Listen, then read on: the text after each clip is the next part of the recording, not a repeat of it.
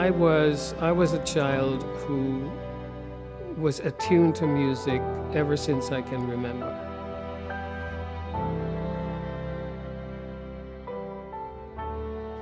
Well, I am from Kingston, Jamaica, and I'm from a family of 6 children, of which I'm the firstborn son. I am from a family that is musical, and I don't say that to brag, it's just what happened.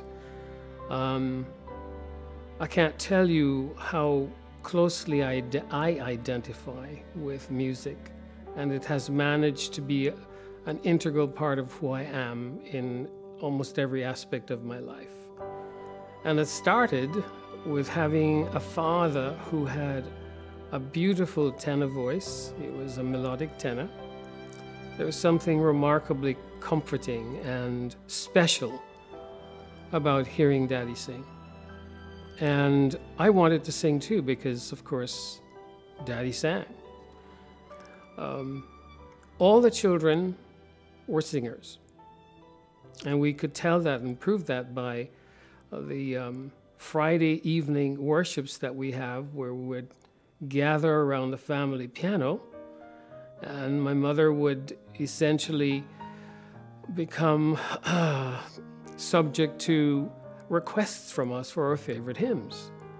And we would sing them together in natural harmony, and that means that we were able to split out without being trained and create a natural harmony amongst ourselves. And this started very, very early. So that's how the journey began. Then, of course, I came to the States to school, found a new church, and many more opportunities to sing both solos and quartet work. I've always loved that. The first Sabbath I attended was the first Sabbath, and that's typically the Sabbath that the chorus sings at Markham Woods Church. And each time they sang, something moved inside of me. And the encounter was so unexpected, but yet so definitive and so real, that by the third number, I had made a pact with myself that I had to find a way to sing with these men. The fact that we are standing as a group of men before a group of people, many of whom we do not know, and there are probably going to be individuals there that have been led by the Spirit to hear words we will sing that evening, that really makes us clay in the Master's hands one more time. The message, regardless of whether there are 200 or 300 people in the room, is tailored to who is hearing it, meeting them just where they are at that moment. And we don't do that. I mean, we don't prepare with that in mind. We prepare and pray that the Spirit will enhance what we share. But we don't, that's His work. So to hear it coming back in a testimonial, heartfelt. I mean, I've seen grown people cry in expressing the joy of having come to that room that evening and hearing us. It's amazing.